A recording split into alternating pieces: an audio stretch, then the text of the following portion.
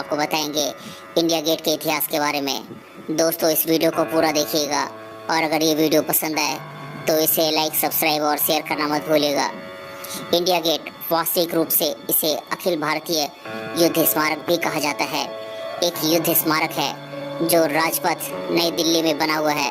राजपथ को प्राचीन समय में किंग्सवे भी कहा जाता था। इंडिया गेट का इतिहास आइए जानते हैं।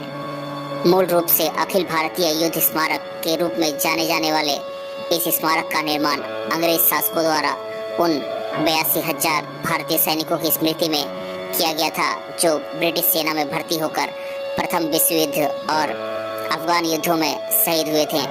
यूनाइटेड किंगडम के कुछ सैनिकों और अधिकारियों सहित 13,300 सैनिकों के नाम गेट पर उत्कीर्ण है। लाल और पीले बलुआ पत्थरों से बना यह स्मारक दर्शनीय है। जब इंडिया गेट बनकर तैयार हुआ था तब इसके सामने जॉर्ज पंचम की एक मूर्ति लगी हुई थी, जिसे बाद में ब्रिटिश राज के समय की अन्य मूर्तियों के साथ कोरोनेशन पार्क में स्थापित कर दिया गया। अब जॉर्ज पंचम की मूर्ति की जगह प्रतीक के रूप में केवल एक छतरी भर रह गई है। 1971 में बांग्लादेश आज़ादी युद्ध के समय काले मार्बल पत्थरों के छोटे छोटे स्मारक व छोटी छोटी कलाकृतियां बनाई गई थी। इस कलाकृतियों को अमर जवान ज्योति भी कहा जाता है, क्योंकि 1971 से ही यहाँ भारत के अकथित सैनिकों की कब्र बनाई हुई है। इंडिया गेट का प्रारंभिक इतिहास आइए जानते हैं।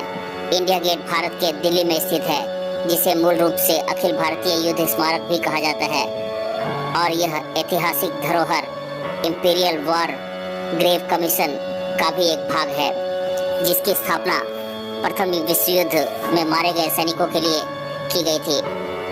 1920 के दशक तक पुरानी दिल्ली रेलवे स्टेशन पूरे शहर का एकमात्र रेलवे स्टेशन हुआ करता था। आगरा दिल्ली रेलवे लाइन उस समय लुटेर की दिल्ली और किंग्सवे यानी राजाओं के गुजरने का रास्ता, जिसे अब हिंदी में राजपथ दे दिया गया है, पर स्थित इंडिया गेट के निर्माण स्थल से होकर गुजरती थी। आखिरकार इस रेलवे लाइन को यमुना नदी के पास स्थानांतरित कर दिया गया। इसके बाद सन 1924 में जब यह मार्ग प्रारंभ हुआ तब कहीं जाकर स्मारक स्थल का निर्माण शुरू हो सका। 42 मीटर ऊंचे इंडिया गेट से होकर कई महत्वपूर्ण मार्ग निकलते हैं।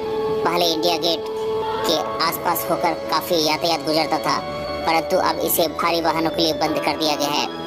शाम के समय जब स्मारक को प्रकाशित किया जाता है तब इंडिया गेट के चारों ओर एवं राजपथ के दोनों ओर घास के मैदानों में लोगों की भारी भीड़ एकत्रित हो जाती है।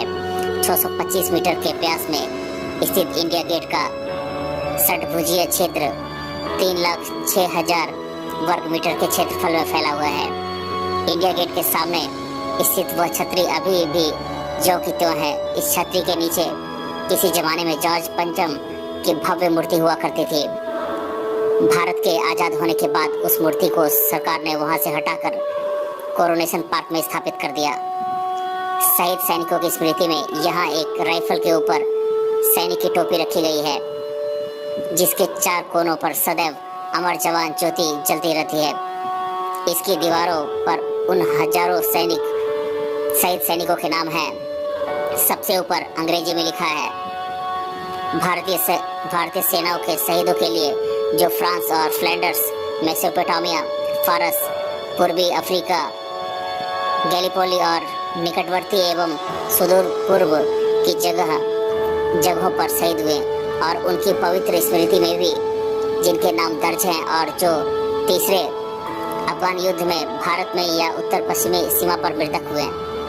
इंडिया गेट के आसपास हरे भरे मैदान, बच्चों का उद्यान और प्रसिद्ध बोट क्लब इसे एक उपयुक्त पिकनिक स्थल बनाते हैं। इंडिया गेट के फव्वारे के पास बहती शाम की ठंडी हवा ढेर सारे दर्शकों को यहाँ आकर्षित करती है। शाम के समय इंडिया गेट के चारों ओर लगी रोशनियों से इसे प्रकाशमान किया जाता है, जिससे एक भव्य दृश्य बनता है। स्मारक के पास खड़े होकर